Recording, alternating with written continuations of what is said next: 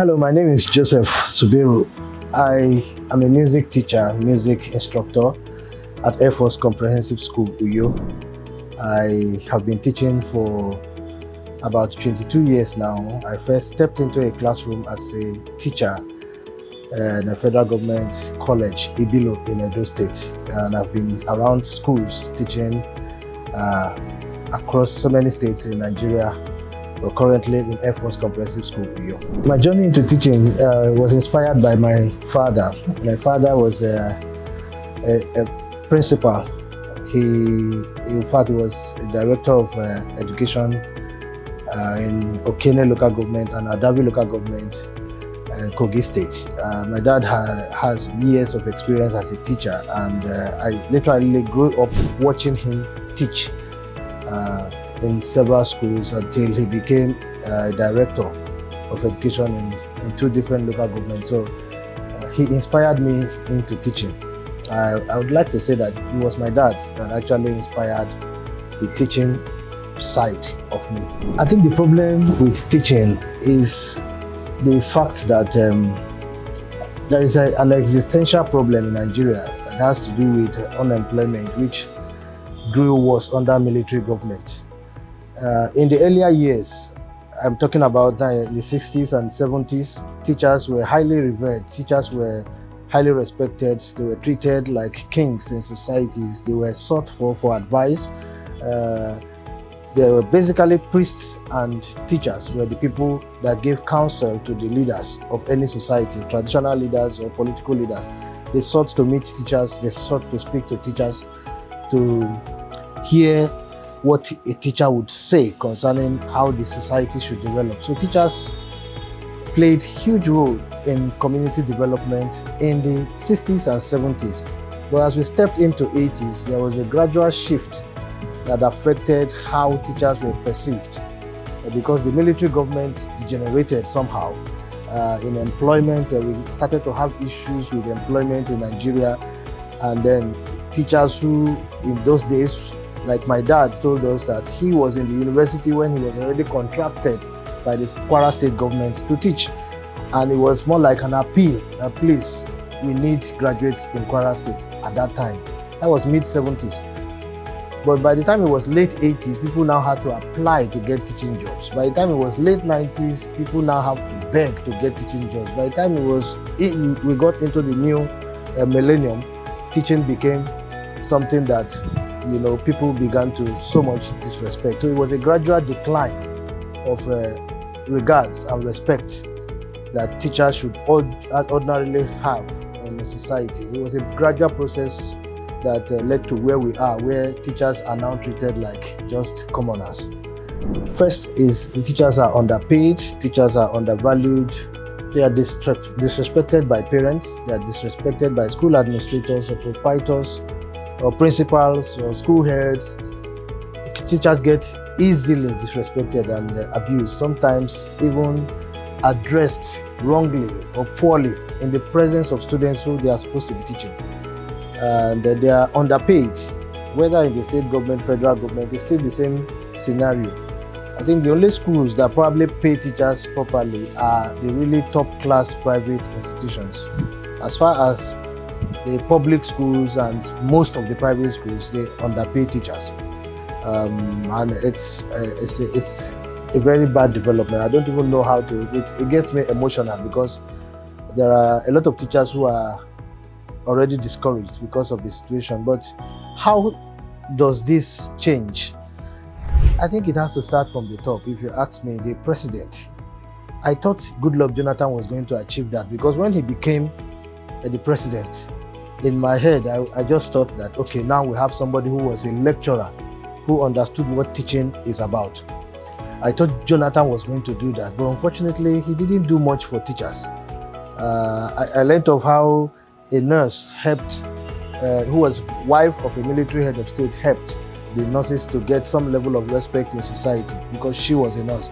But unfortunately, when Jonathan became president, he didn't do much for teachers. He built universities, he achieved quite a lot in terms of infrastructure for schools. But when it comes to welfare of teachers, that is the area that he failed. And we have not seen any major improvement. That's why we keep having strikes, ASU, COASU, everybody, and all institutions teaching, except maybe in the NUT, at the secondary school level, where they accept anything. So there's no protest, nobody's complaining, but it is really a bad situation teachers are working under, and it cuts across all spheres of the educational institution. Even university lecturers are complaining, so it's really bad. But I think there has to be a national policy to fix that problem. It has to be a national policy to begin to reorientate people generally on how they can begin to treat teachers better. And I would even suggest that there should be a special package for teachers, maybe something additional apart from their basic salary that will give them the boost. Teachers should be riding cars, but unfortunately, it's not happening, and it's really painful. It's not just the welfare of the teachers. The fact that the teacher needs to be well paid cannot be underestimated. That's the beginning. Then the other side of it is the treatment that teachers get from their supervisors, from their head teachers, from their principals, and from educational directors. Some people come from ministries of education and they expect that just because they are around, the teacher should begin to kneel down and welcome them and all of that. Instead of them walking into the classroom, taking, for instance, you see an inspector comes to a school, he meets a teacher in the class, and instead of respecting the sanctity of the classroom, he just walks into the classroom already disrespecting and interrupting the teacher. It shows that aura or that air of disrespect. He walks into the classroom and says, yes, what are you doing? What subject are you teaching? What's the topic? Why are you not properly dressed? Issues that could be addressed in the office sometimes are addressed in the classroom in the presence of students. So there is a need, apart from the issue of payment, there is a need for a value reorientation. Teachers should get a lot more respect than they are getting now. And then the third side of it, which is part of what would help a teacher deliver, is the area of infrastructure. Do we have enough chalkboard? Are we still using chalk in some schools? I think yes, a lot of schools are still using chalk. Some don't have markers. Those that have markers, there are no inks. And then well, in this modern era where we are talking of interactive board, where you are basically using a computer system to instruct children, there are still people who are still using chalkboard. And I dare say that in some schools, people are using charcoal to write on bare walls for students. So those are enough things. That's even enough to discourage the teacher. When you come to a school and then rain is falling and then the classroom is leaking, the motivation goes down. And so it's about welfare of teachers, respect for teachers, and then making sure the facilities required for a successful delivery is made available. So it's just those three major issues. Yes, for me, I think NUT, that's Nigerian Union of Teachers now, is the most redundant association that I know, and I am bold to say it. They should come for me if they think they are serious. They are not serious. I think I respect the ASU, I respect COASU at the College of Education, and then the association at the Polytechnic. Those ones, they have voices. Maybe because they are seen as members of the high society, they are confident enough.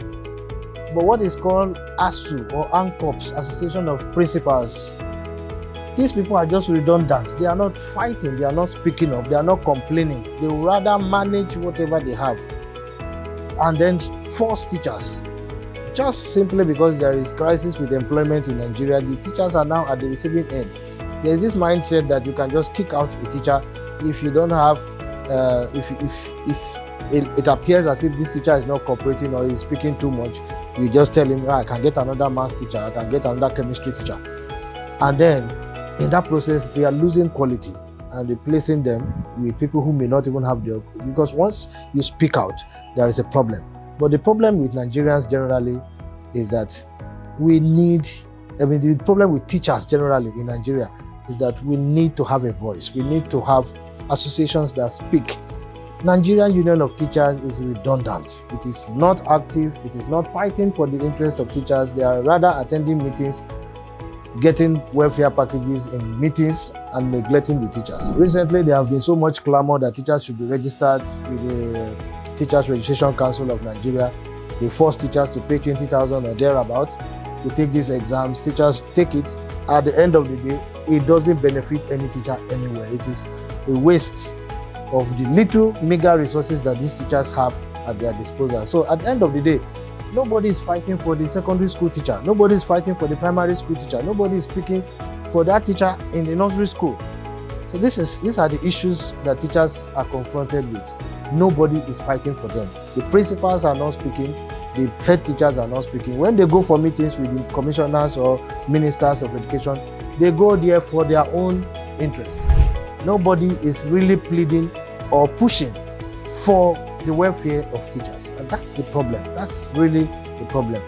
And I think the NUT, if they want to do better, they should start speaking up. They should start agitating. Perhaps they can at least push the government to do something better. Media houses hardly invite teachers for interview. And it's such a shame because at the end of the day, the media houses would invite doctors over and over and over again. They invite other professionals, they invite bankers, they invite businessmen, they invite politicians for interview.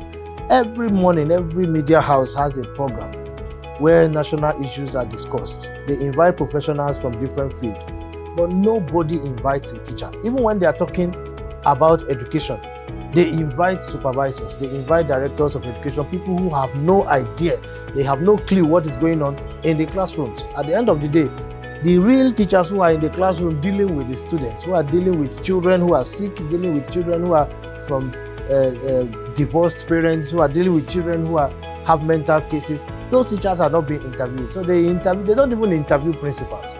They end up interviewing people who are directors in ministries of education, and at the end of the day, the real issues are not being discussed. The real issues they just discussed at the peripheral level, and then the real issues are abandoned. So I would charge the media houses to step out and give teachers their pride of place in society by engaging teachers in conversations on live TV.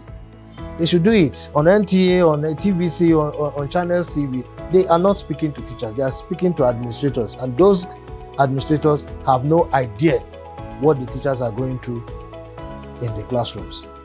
So media houses should do a lot more to engage teachers in conversations on education. For me, I think the first major thing I won as a teacher was my youth service. I arrived at Akwa Ibom State as a youth corps member in 2008, and having taught in schools, I started with an NCE. I had taught in Lagos, so I came into NYSC with a reasonable amount of experience. So by the time I finished my first year, my NYSC year, the Air Force School Management retained me to be the music teacher. And so that was very rewarding. And I became the first teacher to be retained in that school. So that for me was the beginning. Then other rewarding things that I've won awards. I've led students to competition and won at the state level and at interstate level. And I've also participated in competitions for teachers that I came first. The most recent one was an award I won for Best Teacher in the South-South in the military schools. Anyway, not all schools. Schools owned by Army, Navy, and the Air Force. I think about 50 schools in the South-South states put together. And I came top. I got a laptop and some cash reward. And that was a very proud moment for me. Like I said before, there should be a policy change from those at the helm of affair. We need to see presidents speaking. We need to see the Senate president talking about teachers. They should not always do this deceptive talk they do during Teachers' Day to say, oh, teachers are the best people. They are the ones that help us to school. No. That's not what we want. We want them to make teaching a priority, an issue to be discussed, an issue for national discourse. It should be an issue that the National Assembly is debating about. How do we come about helping these teachers? It has to be from the top. By the time the National Assembly is discussing this, state governors in their meetings are discussing teachers. Just the way they are discussing security and they are discussing bandits. They are discussing insecurity, they are discussing all kinds of issues. The kind of attention that COVID-19 got, if everybody can just come out and then begin to talk about the need to beam their searchlight on schools, to look at what I saw a school that children were basically in this modern 2024 in a state in northeastern Nigeria where children were under trees, in fact tents. There were no seats. Only one teacher was teaching a whole primary school. It was regrettable, and I asked myself, are we still in Nigeria, or are we in the colonial era, or we are in 2024? So that is to tell you that we are paying lip service to teaching, and to some extent I think it's responsible for why the society is how it is. We have more criminals out there than, because the teachers who should mold these people, who should help parents mold their children, have been neglected. They've been neglected for over 30 years now. So the days where teachers had the best and they gave their best was long gone. What we have now are just teachers who are just trying to earn a salary. The passion is not there anymore, and there's just a need for that value reorientation on the general scale. And when it starts at the top, it will cascade down to the local government schools, the primary schools and the nursery schools. Even the private school owners will begin to treat their teachers a lot better. There should be a minimum wage you are paying a teacher anywhere. And there should be certain standards. They just have to work these things out, because it's affecting society. And we are losing, the sad part is that we are now losing our best teachers to other professions. People are now leaving teaching. There are teachers who connect better to students, but they are leaving and they are going into other professions because they are underpaid.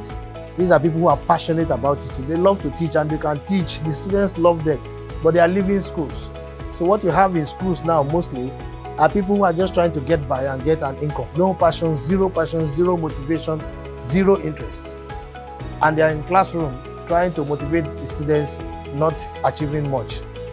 So if we can begin to see what to do to make teachers feel proud of what they are doing, I think some of the best hands will come there out of passion, and then the students will be better prepared for the challenges of life and of the society. Think of God first, others second, and then put yourself at the last. Once you do that, you discover that as you make other people happy, you are a happy man. That's my philosophy of life.